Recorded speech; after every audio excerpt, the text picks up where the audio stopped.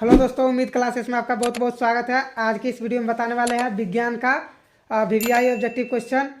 इससे पहले सामाजिक विज्ञान का वीवीआई ऑब्जेक्टिव क्वेश्चन बता दिया हूं। आप उस वीडियो को नहीं देखे हैं तो वीडियो के डिस्क्रिप्शन में लिंक मिल जाएगा, आप उस वीडियो को भी जाकर देख लीजिएगा।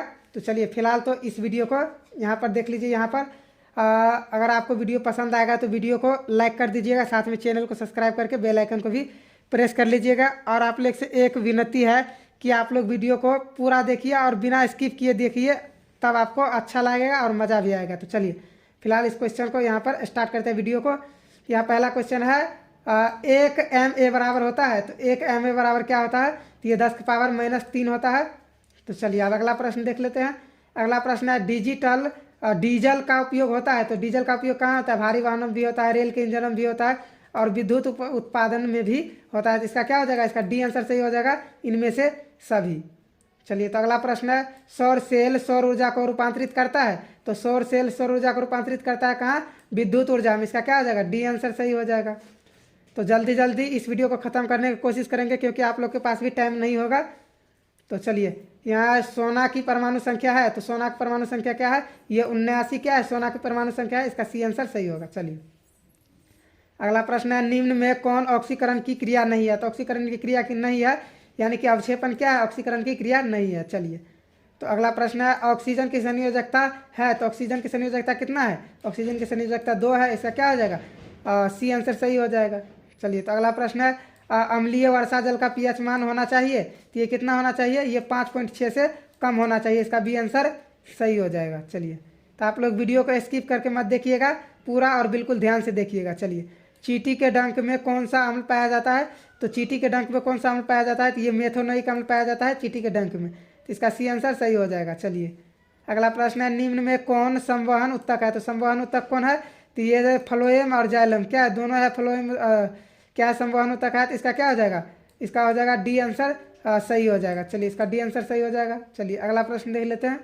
अगला प्रश्न है, प्रोटोजोआ उत्सर्जी पदार्थों का निष्कासन कैसे करता है? तो प्रोटोजोआ उत्सर्जी पदार्थों का निष्कासन कैसे करता है? ये विसरण द्वारा करता है। तो इसका क्या हो जाएगा? बी आंसर सही हो जाएगा। यहाँ उल्टा लिखा है लेकिन इसका यही सही हो जाएगा। चलिए अगला प्रश्न है, मनुष्य के शरीर की सबसे बड़ी ग्रंथि है। तो मनुष्य के शरीर की सबसे बड़ी ग्रंथि क्या है? तो यह है यकृत। क्या है? मनुष्य के शरीर की सबसे बड़ी ग्रंथि है। इसका डी आंसर सही हो जाएगा। अगला है, शरीर का संतुलन बनाए रखता है। तो इसका कौन रखता है? तो ये सेरिब्रम क्या करता है? शरीर के संतुलन को बनाए रखता है। इसका ए आंसर सही हो जाएगा। अगला प्रश्न है, किशोरावस्था में होने वाले शारीरिक परिवर्तन का कारण है। तो इसका कारण क्या है? इसका कारण क्या है? टेस्टोस्टेरोन और एस्ट्रोजेन, यानी कि ए और बी दोनों, यानी कि डी इसका सही आंसर हो जाएगा, ए और बी दोनों। चलिए अगला प्रश्न है, मानव हृदय में कोष्ठक की संख्या होती है। तो कितना होता है? ये 4 होता है। इसका बी आंसर सही हो जाएगा। चलिए अगला प्रश्न है, रक्त क्या है? तो रक्त क्या है? रक्त एक उत्तक है। इसका क्या हो जाएगा? ए आंसर सही हो जाएगा। चलिए अगला प्रश्न है, जीन शब्द किसने प्रस्तुत किया? तो जीन शब्द किसने प्रस्तुत किया? तो ये क्या? जोहेंसन ने। किसने? जोहेंसन ने। तो इसका सी आंसर सही हो जाएगा। तो चलिए अगला प्रश्न देख लेते हैं। अगला है, विद्युत चुंबक बनाने के लिए किस पदार्थ के छड़ का उपयोग होता है? तो किस प्रकार के छड़ का उपयोग होता है? तो ये नरम लोहा का होता है। इसका क्या हो जाएगा? सी आंसर सही हो जाएगा। तो चलिए अगला प्रश्न है, जब किसी चालक तार से विद्युत धारा प्रवाहित होती है तब गतिशील कण क्या है? तो गतिशील कण क्या है? ये इलेक्ट्रॉन क्या है? गतिशील कण है। इसका क्या हो जाएगा? डी आंसर सही हो जाएगा। चलिए अगला प्रश्न है, ओम का नियम है। तो ओम का नियम क्या है? यह है V बराबर आई आर। इसका क्या हो जाएगा? V बराबर आई आर, यानी ए आंसर सही हो जाएगा। चलिए अगला प्रश्न है, विभवांतर का ऐसा मात्रक है। क्या है? विभवांतर का ऐसा मात्रक वोल्ट होता है। इसका क्या हो जाएगा? इसका हो जाएगा डी आंसर सही हो जाएगा। चलिए अगला प्रश्न है, आमीटर का प्रतिरोध है तो होता है। तो आमीटर का प्रतिरोध क्या होता है? ये बहुत छोटा होता है। इसका सी आंसर सही हो जाएगा। चलिए तो अगला प्रश्न है, विद्युत बल्ब का फिलामेंट निम्न में से किस धातु का बना होता है? तो विद्युत बल्ब का फिलामेंट किस धातु का बना होता है? तो ये टंगस्टन का बना होता है। इसका क्या हो जाएगा? डी आंसर सही हो जाएगा। तो अगला प्रश्न है, रियोस्टेट का उद्देश्य क्या है? तो रियोस्टेट का उद्देश्य क्या है? धारा का परिमाण में वृद्धि। तो इसका क्या हो जाएगा? सी आंसर सही हो जाएगा। चलिए तो अगला प्रश्न है, यहाँ पर अगला प्रश्न है, विद्युत आवेश का ऐसा मात्रक होता है। तो विद्युत आवेश का ऐसा मात्रक क्या होता है? ये कूलाम होता है। इसका क्या हो जाएगा? डी आंसर सही हो जाएगा। चलिए तो अगला प्रश्न है शोषण के अंतिम उत्पाद है, तो शोषण के अंतिम उत्पाद क्या है? CO2, H2O और ऊर्जा, यानी कि कार्बन डाइऑक्साइड, जल और ऊर्जा। क्या ये तीनों होगा? तो इसका डी आंसर सही हो जाएगा। अगला प्रश्न है दांत की सबसे ऊपरी परत है, तो दांत की सबसे ऊपरी परत क्या है? ये इनामेल होता है। क्या होता है? इनामेल। इसका क्या होगा? बी आंसर सही हो जाएगा। तो अगला प्रश्न है मानव आहार नाल का सबसे लंबा भाग है, तो मानव आहार नाल का सबसे लंबा भाग क्या है? छोटी आंत है। तो इसका क्या हो जाएगा? बी आंसर सही हो जाएगा। अगला प्रश्न है परागकण निम्न में से किसके अंदर बनते हैं? तो परागकण किसके अंदर बनते हैं? ये परागकोश में बनता है। क्या हो जाएगा इसका? ए आंसर सही हो जाएगा। चलिए, तो अगला प्रश्न है चालनी नालिकाएं पाई जाती है, तो चालनी नालिका कहाँ पाई जाती है? तो ये पाई जाती है फ्लोएम में। क्या हो जाएगा इसका? सी आंसर सही हो जाएगा। चलिए, अगला प्रश्न है आरबीसी की जीवन अवधि होती है, तो आरबीसी की जीवन अवधि कितना होता है? ये होता है 120 दिन। इसका क्या हो जाएगा? ए आंसर सही हो जाएगा। अगला प्रश्न है मानव शरीर के सबसे लंबी कोशिका है, तो मानव शरीर के सबसे लंबी कोशिका क्या है? न्यूरॉन है। इसका क्या हो जाएगा? सी आंसर सही हो जाएगा। चलिए, अगला प्रश्न है अंडाणु निषेचित होता है, तो अंडाणु निषेचित कहाँ होता है? ये फलोपियन नालिका में होता है। कहाँ? फलोपियन नालिका में। इसका डी आंसर बिल्कुल सही हो जाएगा। चलिए, तो अगला प्रश्न है निम्नांकित में कौन पादप हार्मोन नहीं है? तो पादप हार्मोन क्या नहीं है? तो ये ऑक्सीटोसिन। क्या है? ऑक्सीटोसिन पादप हार्मोन नहीं है। इसका क्या हो जाएगा? डी आंसर सही होगा, लेकिन ये उल्टा लिखा है, लेकिन इसका यही सही होगा। तो चलिए, अगला प्रश्न देख लेते हैं यहाँ पर। तो अगला प्रश्न है फूल में नर प्रजनन अंग है, तो फूल में नर प्रजनन अंग क्या है? तो यह है पुंकेसर। इसका क्या हो जाएगा? ए आंसर सही हो जाएगा। चलिए, अगला प्रश्न है निम्नलिखित में किस में द्विखंडन नहीं होता है? तो द्विखंडन किस में नहीं होता है?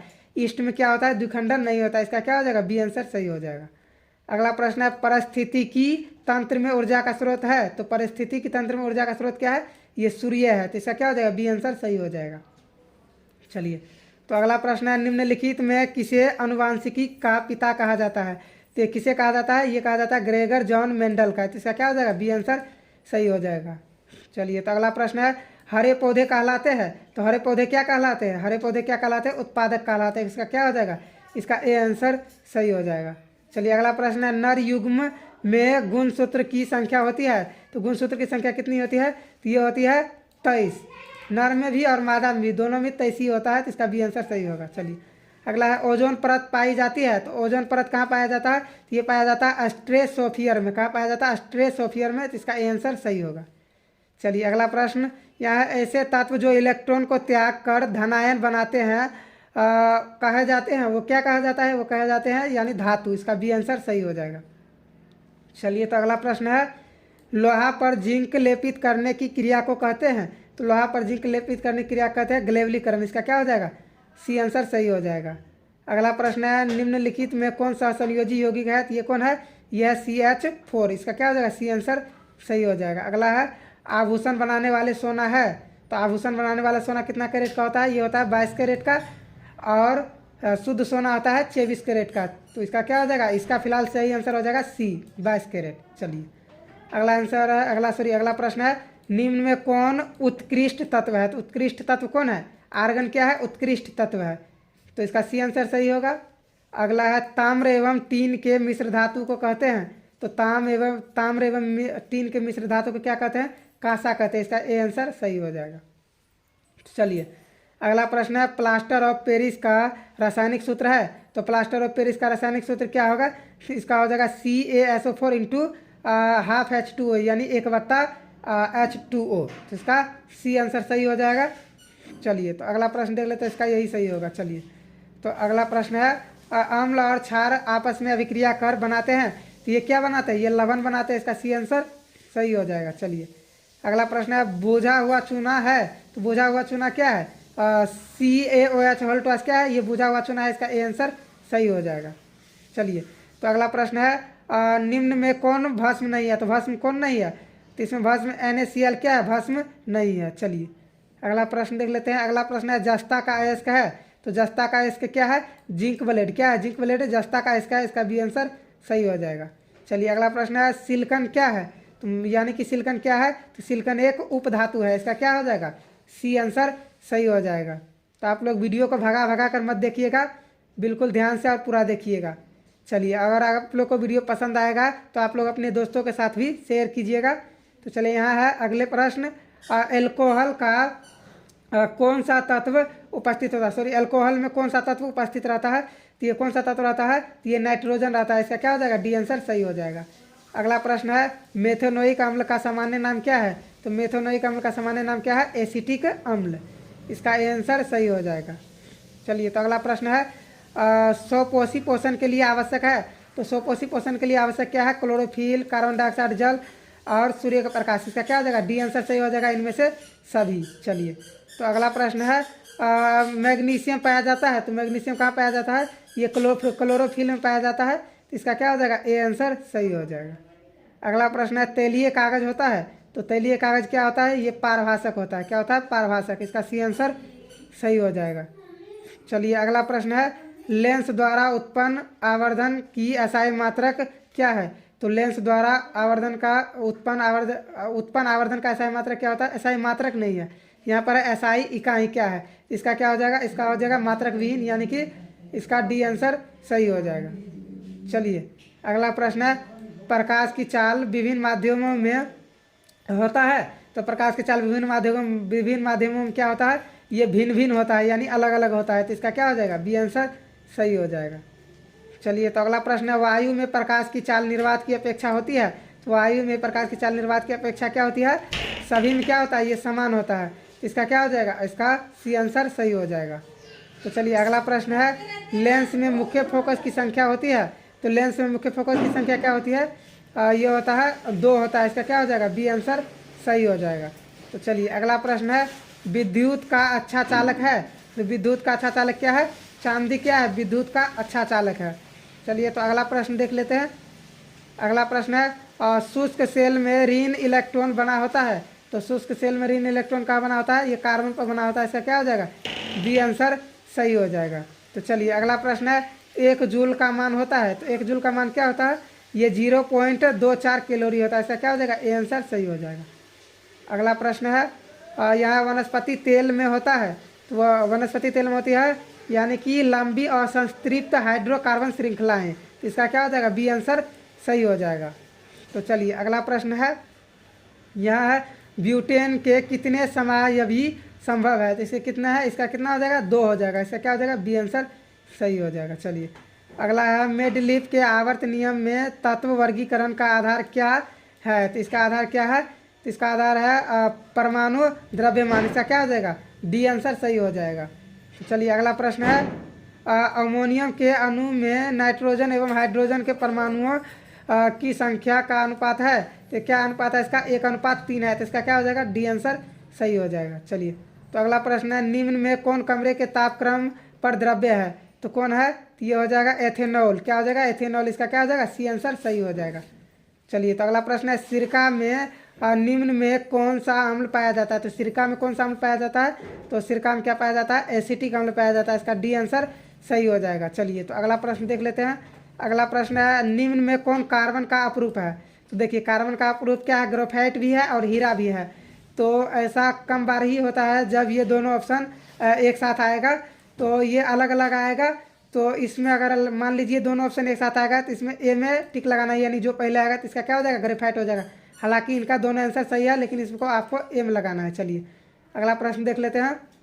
अगला है एक अनुसूत्र परंतु विभिन्न सूत्र वाले यौगिक कहलाते हैं, तो ये क्या कहलाते हैं, ये कहलाते हैं समावयवी। इसका हो जाएगा ए आंसर सही। चलिए अगला प्रश्न है दाढ़ी बनाने के लिए कौन सा दर्पण प्रयुक्त होता है, तो दाढ़ी बनाने के लिए कौन सा दर्पण प्रयुक्त होता है, ये होता है अवतल दर्पण। इसका क्या हो जाएगा, सी आंसर सही हो जाएगा।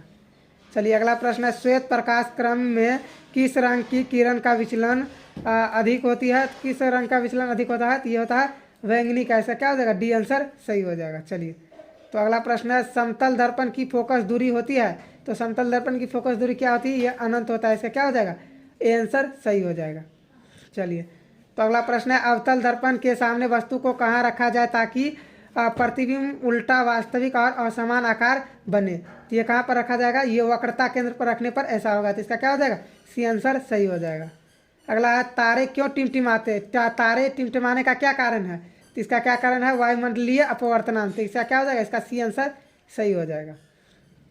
तो चलिए अगला प्रश्न है मानव नेत्र के लिए दृष्टि का यहाँ पर थोड़ा सा क्वेश्चन कटा है, लेकिन यहाँ पर मैं बोल देता हूँ। मानव नेत्र के लिए दृष्टि का अस्थायित्व होता है, यहाँ पर होगा अस्थायित्व होता है।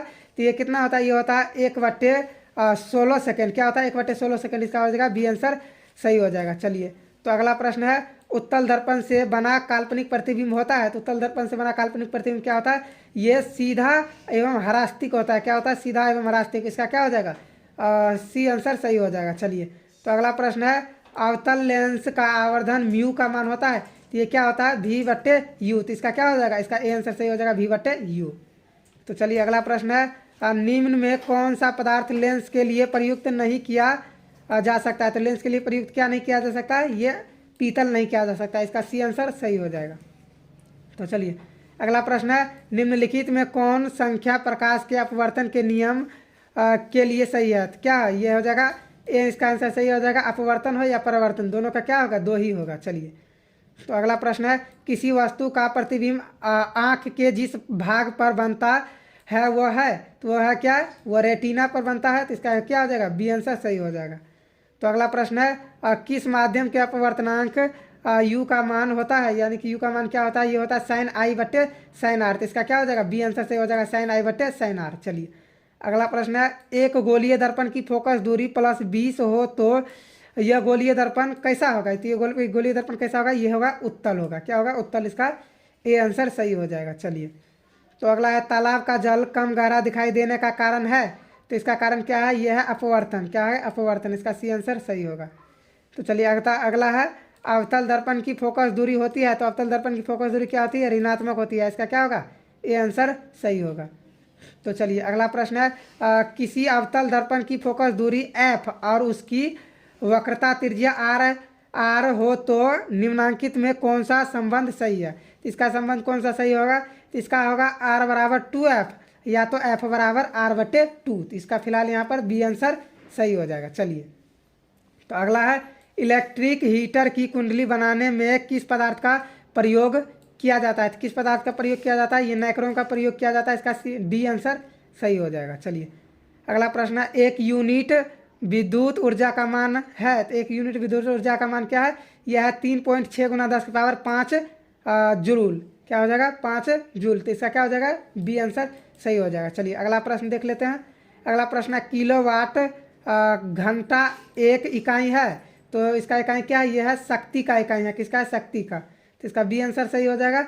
अगला है, विद्युत फ्यूज विद्युत धारा के किस सिद्धांत पर कार्य करता है। तो ये किस पर करता है, ये ऊष्मीय सिद्धांत पर करता है। इसका ए आंसर सही हो जाएगा। चलिए तो अगला प्रश्न है, वोल्ट मीटर को विद्युत परिपथ में किस क्रम में जोड़ा जाता है। तो ये किस क्रम में जोड़ा जाता है, ये समांतर क्रम में जोड़ा जाता है। इसका क्या हो जाएगा, बी आंसर सही हो जाएगा। तो चलिए अगला प्रश्न है, विद्युत परिपथ में 2 बिंदुओं के बीच विभवांतर मापने के लिए प्रयुक्त होता है। तो विभवांतर मापने के लिए क्या प्रयुक्त होता है, तो ये वोल्ट मीटर होता है। क्या होता है, वोल्ट मीटर। तो इसका क्या हो जाएगा, बी आंसर सही हो जाएगा।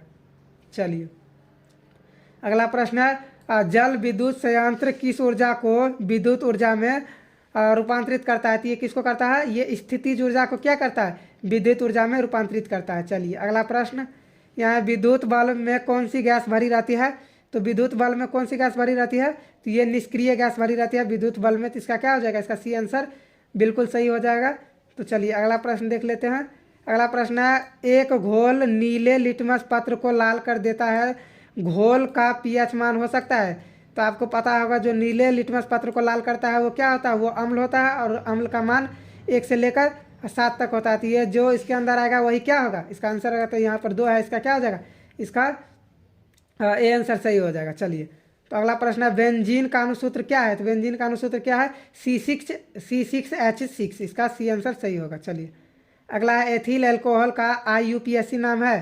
तो एथिल एल्कोहल का IUPAC नाम क्या है, तो यह है एथेनोइक अम्ल। क्या हो जाएगा, एथेनोइक अम्ल। तो इसका बी आंसर सही हो जाएगा। अगला है, CnH2n निम्नलिखित में किसका सामान्य सूत्र है। तो ये किसका सामान्य सूत्र है, तो यह है एल्किन का सामान्य सूत्र। इसका क्या हो जाएगा, बी आंसर सही हो जाएगा।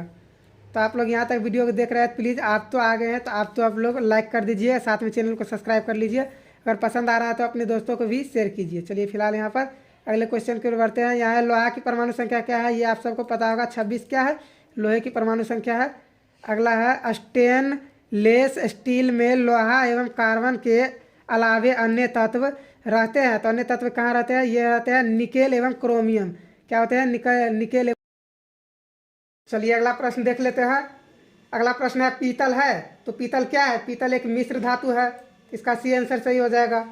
चलिए अगला प्रश्न है निम्नांकित यौगिक में कौन अम्ल है? तो अम्ल कौन है? H2SO4 क्या है? ये अम्ल है, तो इसका क्या हो जाएगा? बी आंसर सही हो जाएगा। चलिए तो अगला प्रश्न है निम्नांकित में कौन प्राकृतिक सूचक है? तो प्राकृतिक सूचक कौन है? हल्दी क्या है? प्राकृतिक सूचक है, तो इसका ए आंसर सही हो जाएगा। तो आप लोग वीडियो को लाइक कर दीजिए। चलिए फिलहाल अगला क्वेश्चन देख लेते हैं। यहाँ OH अभिक्रियाशील सूचक वाले यौगिक का नाम क्या है? इसका नाम क्या है? एल्कोहल है। क्या है? एल्कोहल। इसका क्या हो जाएगा? बी आंसर सही हो जाएगा। आप लोग वीडियो को पूरा नहीं देखते हैं, आप लोग प्लीज़ वीडियो को पूरा देखिए और फिर लाइक कीजिए चाहे डिसलाइक कीजिए। चलिए यहाँ पर अगला क्वेश्चन है। यहाँ पर कैल्शियम कार्बाइड जल के साथ अभिक्रिया करके क्या देता है? तो ये क्या देता है? ये एथाइन देता है। क्या देता है? एथाइन। इसका क्या हो जाएगा? डी आंसर सही हो जाएगा। चलिए अगला प्रश्न, ओजोन के एक अणु में ऑक्सीजन के कितने परमाणु की संख्या होती है? तो कितने परमाणु की संख्या होती है? तो ये होता है 3। इसका क्या हो जाएगा? सी आंसर सही हो जाएगा। चलिए तो अगला प्रश्न है कमरे के ताप पर द्रव्य अवस्था में रहने वाला धातु है, तो ये कौन सा धातु है? यह है पारा। इसका क्या हो जाएगा? ए आंसर सही हो जाएगा। तो अगला प्रश्न है सरलतम हाइड्रोकार्बन है, तो सरलतम हाइड्रोकार्बन क्या है? ये मीथेन क्या है? सरलतम हाइड्रोकार्बन। तो इसका ए आंसर सही हो जाएगा। चलिए अगला प्रश्न है निम्नांकित में कौन क्षारीय ऑक्साइड है? तो क्षारीय ऑक्साइड कौन है? Na2O। क्या है? ये क्षारीय ऑक्साइड है, इसका डी आंसर सही हो जाएगा।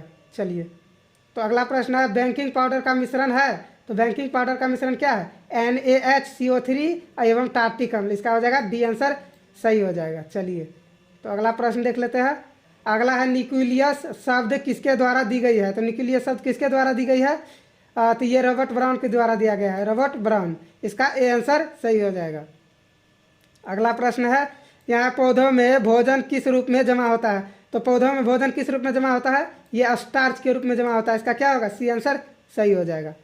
अगला प्रश्न है प्रसिद्ध पुस्तक द माइक्रोग्राफिया किनके द्वारा लिखी गई थी? तो ये किनके द्वारा लिखी गई थी? तो ये रॉबर्ट हुक के द्वारा लिखी गई थी। क्या हो जाएगा? इसका डी आंसर सही हो जाएगा।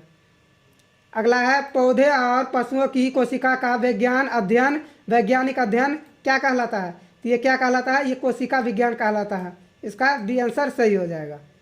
चलिए अगला प्रश्न है मानव हृदय घिरा हुआ है, तो मानव हृदय किससे घिरा हुआ है? पेरिकार्डियम से। इसका क्या हो जाएगा? ए आंसर सही हो जाएगा। चलिए तो अगला प्रश्न देख लेते हैं। अगला प्रश्न है बीजांड की और प्राग नालिका की वृद्धि का कारण होता है, इसका कारण क्या होता है? ये होता है यहाँ पर होगा इसका गुरुत्वानुवर्तन। इसका क्या हो जाएगा? सी आंसर सही हो जाएगा। यहाँ उल्टा लिखा है लेकिन इसका क्या होगा? गुरुत्वानुवर्तन। चलिए तो अगला प्रश्न देख लेते हैं। अगला है मनुष्य में श्वेत रक्त कोशिका की जीवन अवधि कितनी होती है? तो इसका कितना होता है? इसका होता है 12 से 20 दिन। इसका ए आंसर सही हो जाएगा। चलिए तो अगला प्रश्न है पीत रस कहाँ से स्रावित होता है? तो पीत रस कहाँ से स्रावित होता है? ये होता है यकृत से। तो इसका ए आंसर सही हो जाएगा। अगला है किस जीव में हीमोग्लोबिन नहीं होता है? तो हीमोग्लोबिन किस जीव में नहीं होता है? तो मक्खी में क्या होता है? हीमोग्लोबिन नहीं होता है। इसका बी आंसर सही हो जाएगा। अगला प्रश्न है हीमोग्लोबिन की कमी से कौन सा रोग होता है? तो हीमोग्लोबिन की कमी से कौन सा रोग होता है? तो ये होता है एनीमिया। क्या होता है? एनीमिया। इसका सी आंसर सही हो जाएगा। तो चलिए अगला प्रश्न मनुष्य के आहार नाल में अवशोषी अंग है, तो अवशोषी अंग क्या है? अपेंडिक्स क्या है? मनुष्य के आहार नाल में अवशोषी अंग है। इसका बी आंसर सही होगा। अगला है निम्नांकित में कौन ट्रिप्सन एंजाइम का कार्य करता है? तो ट्रिप्सन एंजाइम का कार्य कौन करता है? तो ये करता है प्रोटीन का पाचन। ये करता है प्रोटीन का पाचन। इसका सी आंसर सही हो जाएगा। अगला है मुख गुहा में आहार नाल का कौन सा भाग का पाचन होता है? तो ये किसका होता है? ये होता है कार्बोहाइड्रेट का। किसका होता है? कार्बोहाइड्रेट। इसका बी आंसर सही हो जाएगा। अगला प्रश्न है ऑक्सीजन का वाहक कौन है? तो ऑक्सीजन का वाहक कौन है? आरबीसी क्या है? ऑक्सीजन का वाहक है। इसका क्या होगा? सी आंसर सही हो जाएगा। अगला है रक्त में शर्करा का स्तर नियंत्रित करता है, यानी कि इसका कौन नियंत्रित करता है? तो ये करता है इंसुलिन। इसका क्या हो जाएगा? डी आंसर सही हो जाएगा, इंसुलिन। चलिए अगला प्रश्न है मानव शरीर में सबसे लंबी कोशिका कौन है? तो मानव शरीर में सबसे लंबी कोशिका कौन है? तो यह है तंत्रिका कोशिका। इसका क्या हो जाएगा? सी आंसर सही हो जाएगा। चलिए तो अगला प्रश्न है प्रकाश के परावर्तन के कितने नियम होते हैं? तो ये प्रकाश के परावर्तन के 2 नियम होते हैं और अपवर्तन के भी 2 नियम होते हैं। तो इसका बी आंसर सही हो जाएगा। अगला है अवतल लेंस का आवर्धन होता है। तो अवतल लेंस का आवर्धन क्या होता है? ये होता है V/U। तो इसका क्या हो जाएगा? डी आंसर सही हो जाएगा। चलिए, तो अगला प्रश्न है दर्पण का सूत्र है। तो दर्पण का सूत्र क्या है? 1/V + 1/U = 1/F। तो इसका क्या हो जाएगा? ए आंसर सही हो जाएगा। दर्पण का सूत्र यही है। चलिए, अगला प्रश्न है टिंडल प्रभाव प्रदर्शित करता है। तो टिंडल प्रभाव प्रदर्शित करता है, ये किसका करता है? प्रकाश के प्रकीर्णन को। चलिए, तो इसका डी आंसर सही हो जाएगा। चलिए, तो अगला प्रश्न देख लेते हैं। कौन सा लेंस हवा में अभिसारी लेंस भी कहलाता है? तो कौन सा लेंस हवा में अभिसारी लेंस कहलाता है? तो ये हो जाएगा उत्तल लेंस। इसका क्या हो जाएगा? बी आंसर सही हो जाएगा।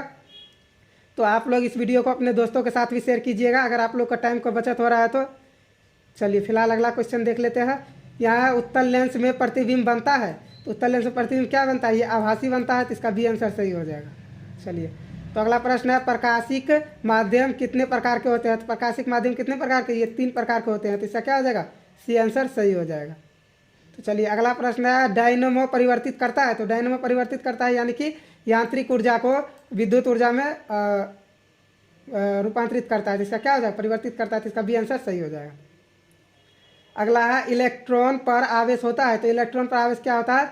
-1.6 × 10⁻−19 कूलम। तो इसका क्या हो जाएगा? सी आंसर सही हो जाएगा। चलिए, तो अगला प्रश्न देख लेते हैं। अगला प्रश्न है खिलौने में किस सेल का उपयोग किया जाता है? खिलौने में किस सेल का उपयोग किया जाता है? तो ये सूखा सेल का उपयोग किया जाता है। इसका क्या होगा? ए आंसर सही हो जाएगा। चलिए, तो अगला प्रश्न है कार्य करने की क्षमता को कहते हैं। तो कार्य करने की क्षमता क्या कहते हैं? ऊर्जा कहते हैं। इसका सी आंसर सही हो जाएगा। चलिए, अगला प्रश्न है निम्न में कौन विस्थापन अभिक्रिया का एक उदाहरण है? तो विस्थापन अभिक्रिया का उदाहरण क्या है?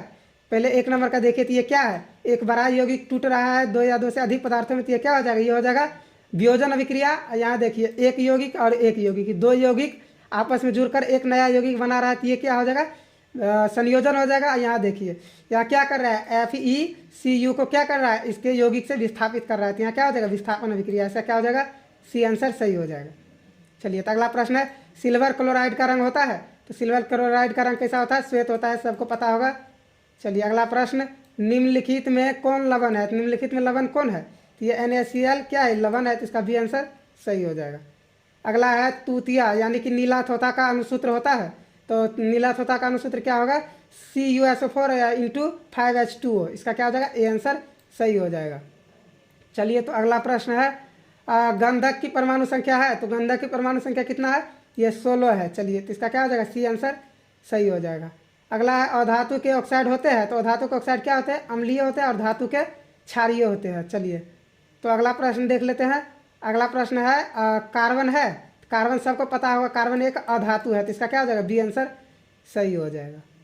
तो चलिए, अगला प्रश्न है निम्न में कौन सा असंस्तृप्त हाइड्रोकार्बन है? तो असंस्तृप्त हाइड्रोकार्बन क्या है? C2H4। तो इसका क्या हो जाएगा? सी आंसर सही हो जाएगा। चलिए, तो अगला प्रश्न है एरोमेटिक हाइड्रोकार्बन है। तो ये कौन है? C6H6। चलिए, तो अगला प्रश्न है यहाँ निम्नलिखित में कौन अक्रिय गैस है? तो अक्रिय गैस कौन है? हीलियम क्या है? अक्रिय गैस है। तो इसका बी आंसर सही हो जाएगा। चलिए, अगला है निम्नांकित में कौन उपधातु है? तो उपधातु क्या है? ये Sb क्या है? ये उपधातु है। तो इसका क्या हो जाएगा? सी आंसर सही हो जाएगा। तो अगला प्रश्न है पौधों में शोषण होता है। पौधों में शोषण क्या होता है? जड़ से भी होता है, पत्तियों से भी होता है और तना से भी होता है। तो इसमें क्या हो जाएगा? इनमें से सभी। इसका डी आंसर सही हो जाएगा। चलिए, तो अगला प्रश्न है निम्न में कौन स्वपोषी कौन है? यानी कि निम्न में स्वपोषी कौन है? तो क्या है? हरे पेड़ पौधा क्या है? ये स्वपोषी है। इसका ए आंसर सही हो जाएगा। अगला है कौन सी बीमारी श्वसन तंत्र से संबंधित है? तो श्वसन तंत्र से संबंधित कौन है? निमोनिया है। क्या है? निमोनिया। इसका बी आंसर सही हो जाएगा। अगला है एंड्रोजन है। तो एंड्रोजन क्या है? एक नर हार्मोन है। तो इसका ए आंसर सही हो जाएगा। चलिए, यहाँ पर अगला प्रश्न है रुधिर चाप नियंत्रित होता है। तो रुधिर चाप नियंत्रित होता कहा? एंड्रीनील द्वारा। इसका सी आंसर सही हो जाएगा। चलिए, तो अगला प्रश्न है एक लिंगी पादप का उदाहरण है। तो एक लिंगी पादप का उदाहरण क्या है? पपीता है। इसका ए आंसर सही हो जाएगा। चलिए, तो अगला प्रश्न देख लेते हैं। अगला प्रश्न है निम्न में कौन मादा जनन तंत्र का भाग नहीं है? तो मादा जनन तंत्र का भाग क्या है? शुक्रवाहिका मादा जनन तंत्र का भाग नहीं है। इसका सी आंसर सही हो जाएगा। अगला है द्विखंडन होता है। तो द्विखंडन किस में होता है? पैरामीशियम में भी होता है, अमीबा में भी होता है और लिस्मेनियम में भी होता है। लिस्मेनिया यानी कि इसका डी आंसर सही हो जाएगा, इनमें से सभी। चलिए तो अगला प्रश्न है, टेस्टोस्टेरोन स्रावित होता है, तो ये कहाँ से स्रावित होता है? तो ये होता है विरिसन से स्रावित, तो इसका क्या हो जाएगा? ए आंसर सही हो जाएगा। चलिए अगला प्रश्न है, यह मानव मस्तिष्क को औसत भार है, यानी मानव मस्तिष्क का औसत भार कितना है? तो यह 1.4 kg, 1.4 kg, इसका सी आंसर सही हो जाएगा। तो चलिए इस वीडियो को यहीं तक, अगले वीडियो में और जो बचा है उसको भी कवर करेंगे। तो अगर आपको वीडियो पसंद आया है तो वीडियो को लाइक कर लीजिए, साथ में चैनल को सब्सक्राइब करके बेल आइकन को भी प्रेस कर लीजिए और साथ में अपने दोस्तों को भी शेयर कीजिए। तब तक के लिए यहीं तक।